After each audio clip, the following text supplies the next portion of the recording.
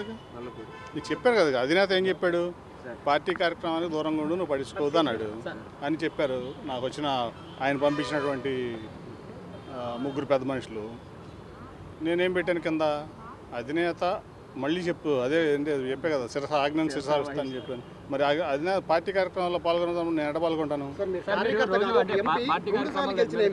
YCP fan గాల్లో కూడా గెలిచిన ఎంపీ మీరు 10,000 మెజార్టీ వచ్చిన ఆయన, అలాంటిది మిమ్మల్ని పక్కన పెట్టడం, అది పార్టీ కార్యక్రమాలకు పక్కన పెట్టడం అంటే ఎలా చూస్తారు? నేను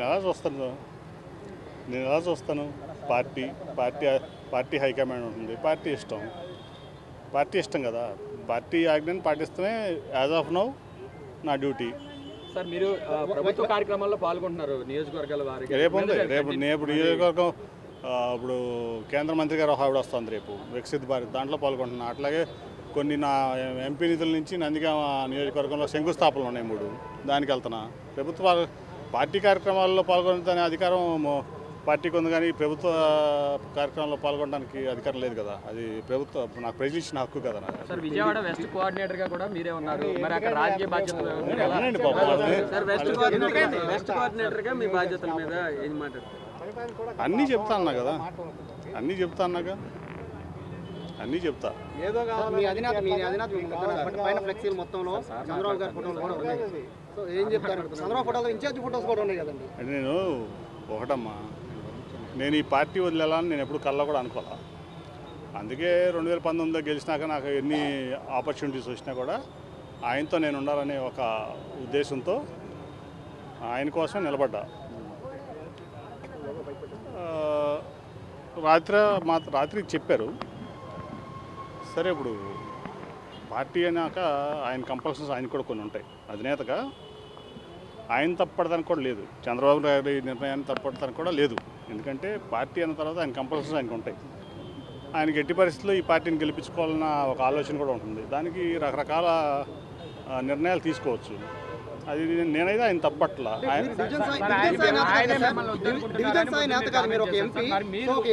పార్టీ కార్యక్రమంలో హాజరు కావద్దు అని చెప్పేది నేరుగా చంద్రబాబు మీకు చెప్పాలి, బట్ మధ్యలో వాళ్ళు వచ్చి మీకు చెప్పడానికి మీరు ఎట్లా చూస్తారు? ఇప్పుడు అధినేత అనేది అధినేతే, boss is always right. Boss వాళ్ళకి చెప్పారు, వాళ్ళు నాకు చెప్పారు, నేను వాళ్ళకి హామీ ఇచ్చాను. కన్ఫర్మా లేదని చెక్ చేసుకున్నారు సార్, నిజంగా కరెక్ట్గానే చెప్పారని?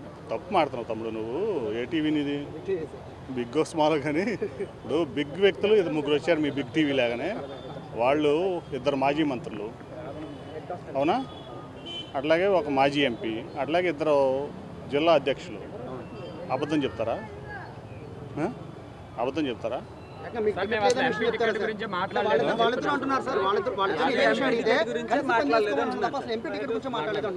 అంటే వాళ్ళు చెప్పింది నేను ట్వీట్ చేశాను. ఇప్పుడు మరి వాళ్ళు ఎందుకన్నారో వాళ్ళని అడగాలి. అది యాజ్ ఇట్ ఈజ్గా వాళ్ళు ఏం చెప్పారో నాకు కన్వే చేశారో పెద్ద ఆయన మెసేజ్, అదే నేను నా ట్వీట్ రూపంలో పెట్టా. నేనేమి ఒక్క అక్షరం కూడా నేను దాంట్లో వేరే తప్పుగా రాయలేదు. వాళ్ళు 3 వచ్చారు, నేను కాకుండా దానికి 3 సాక్షులు కూడా ఉన్నారు. అది మాట్లాడినప్పుడు ఆ సాక్షుల పేర్లు మీకు చెప్పను. సార్ చంద్రబాబు గారు మిమ్మల్ని వద్దనుకుంటున్నారు అని అన్నారు, మరి మీరు ఇంకా చంద్రబాబు గారిని కోరుకుంటున్నారా? అది చెప్పే కదా, ఇప్పుడు నా కాలం నిర్ణయిస్తుంది, కాలం నిర్ణయిస్తుంది. యాజ్ ఆఫ్ నౌ నేను ఈ పార్టీలో ఉన్నా, ఆయన ప్రస్తుతానికి నా అధినేత. నేను నిర్ణయం తీసుకున్నప్పుడు మళ్ళీ మీకే చెప్తా కదా, ఎక్కడికెళ్తాను, ఇక్కడే ఉంటాను, రోజు ఉంటాను. ఎంపీగా పోటీ చేయాలని పొద్దున్న నుంచి మీ కార్యకర్తలు, మీ అభిమానులు అందరూ కోరుకుంటున్నారు. మీరు మళ్ళీ ఎంపీగా పోటీ చేస్తారా? నేను లాస్ట్ టైమే చెప్పాను మీకు, నేను ఇండిపెండెంట్ నుంచి ఉన్నా, నేను ఎంపీకి గెలుస్తా, దాంట్లో డౌట్ లేదు. అన్ని క్లారిటీలు వచ్చిన తర్వాత, మా వాళ్ళందరితో మాట్లాడిన తర్వాత నా నిర్ణయం ఖచ్చితంగా మీకు తెలియజేస్తా. ఎంపీగా అయితే నేను పోటీ చేస్తున్నా. అట్లాగే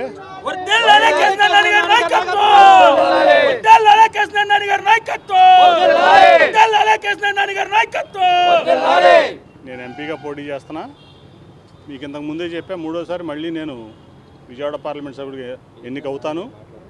ఆ ధీమా నా దగ్గర ఉంది, ఆ కాన్ఫిడెన్స్ నాకుంది, నా ప్రజల మీద నమ్మకం ఉంది, విజయవాడ ప్రజల మీద. తప్పకుండా మళ్ళీ 3వసారి విజయవాడ ఎంపీ నేనే. సార్ మీరు అంటే మీకు వేరే పార్టీల నుంచి ఏమైనా ఆఫర్ వచ్చిందా సార్? మీకు చెప్పాను, నేను 2019 నుంచి అనేక ఆఫర్లు వచ్చినాయి, కానీ అధినేత వెంట ఉండాలి, పార్టీ వెంట ఉండాలి. అధినేత కష్టకాలంలో ఉన్నప్పుడు ఆయన పక్కన నిలబడాలనే ఉద్దేశంతో నేను చాలా అవమానాలు పడ్డా. మీకు చెప్తాను, పదే మీకు చెప్తున్నా. మొన్న కూడా నేను తిరువూరులో మాట్లాడా. ఒక వ్యక్తి ప్రెస్ మీట్ పెట్టి కార్పొరేషన్ ఎలక్షన్ ముందు చెప్పు తీసుకొడతా అన్నాడు, క్యారెక్టర్ లేని పర్సన్. అట్లాగే ఒక పాలిట్ బ్యూరో సభ్యుడు గొట్టంగాడు అన్నాడు అదే ప్రెస్ మీట్లో. అట్లాగే ఇక్కడ నుంచున్న కార్పొరేటర్ని 50 మంది దగ్గర అంటే 64లో 14 గెలిచారు, కనీసం 30 మంది గెలిచేవాళ్ళు. ఇంకా కావాలని చెప్పి ఓడిచ్చారు పార్టీని. అయినా కానీ ఎక్కడా స్పందన లేదు పార్టీ నుంచి. కానీ అయినా నేను దాని గురించి పెద్ద పట్టుబట్టలేదు, ఎందుకంటే పార్టీ లక్ష్యంతో. సరే, ఇప్పుడు అధినేత నిర్ణయం తీసుకున్నాడని నాకు మెసేజ్ ఇచ్చారు. ఓకే, ఏదో ఒక నిర్ణయం అయితే చెప్పారు కదా. సో మా వాళ్ళందరితో మాట్లాడాలి కదా నేను కూడా. మీరు అంత కంగారు పడితే ఎట్లా? ఇప్పుడు దాదాపు కొన్ని చెప్పే 7 నియోజకవర్గాల్లో కానీ రాష్ట్రంలో కానీ నాకు అనేక మంది అభిమానులు ఉన్నారు, వెల్విషర్స్ ఉన్నారు. అట్లాగే విజయవాడ నాని అయితేనే ఈ విజయవాడకి కొంచెం డెవలప్మెంటు, లేదా కొంచెం ప్రజలకి అందుబాటులో ఉండే వ్యక్తి అని ఏదో రకరకాలుగా అభిమానులు ఉంటారు నాకు. వాళ్ళందరూ మనోభావాలు కూడా నేను పరిగణలోకి తీసుకోవాలి కదా. ఊరిని మీరు అడగంగానే మీకేదో టీఆర్పీ రేట్లు కోసం నేను ఇచ్చేయటం కాదు కదా. సార్, వైసీపీ ఎమ్మెల్యేలతో కలిసి మీరు అధికారిక కార్యక్రమాల్లో పాల్గొనడం పట్ల కూడా అధినేత అసంతృప్తి వ్యక్తం చేశారని కూడా. అవును, ఇప్పుడు మొన్న రేవంత్ రెడ్డి గారు తెలంగాణ ముఖ్యమంత్రి అయ్యారు కదా, ప్రధానమంత్రి గారికి కలవలేదా? కలవలేదా? ఆయన బీజేపీ, ఇది కాంగ్రెస్. మొన్న అమిత్ షా గారిని కలిసారా లేదా? కలిశారు కదా. అది తప్ప. ఇప్పుడు నాకు కృష్ణప్రసాద్ గారు, వసంత కృష్ణప్రసాద్ గారు, నేను చాలా ఫ్యామిలీ ఫ్రెండ్స్. ఇప్పుడు కాదు, మా తాతగారు వాళ్ళ నాన్నగారు టైం నుంచి. కొండపల్లి ఎలక్షన్ వచ్చింది, అధినేత ఆదరించాడు. 3 రోజులు కూర్చున్నాడు వెళ్ళి నా మీద కుర్చీలు, నా మీద కాదు జనరల్గా కుర్చీలు ఇస్తున్నారు. ఆయన పార్టీకి ఆయన కష్టపడ్డాడు, నా పార్టీకి నేను కష్టపడ్డాను. అంతేగాని అక్కడేం పాలసీ డిబేట్ అవ్వలేదుగా. సో ఇప్పుడు మీకు అదే చెప్పేది. రేవంత్ రెడ్డి గారిది ఎగ్జాంపుల్. ఆయన ముఖ్యమంత్రి అయ్యాడు,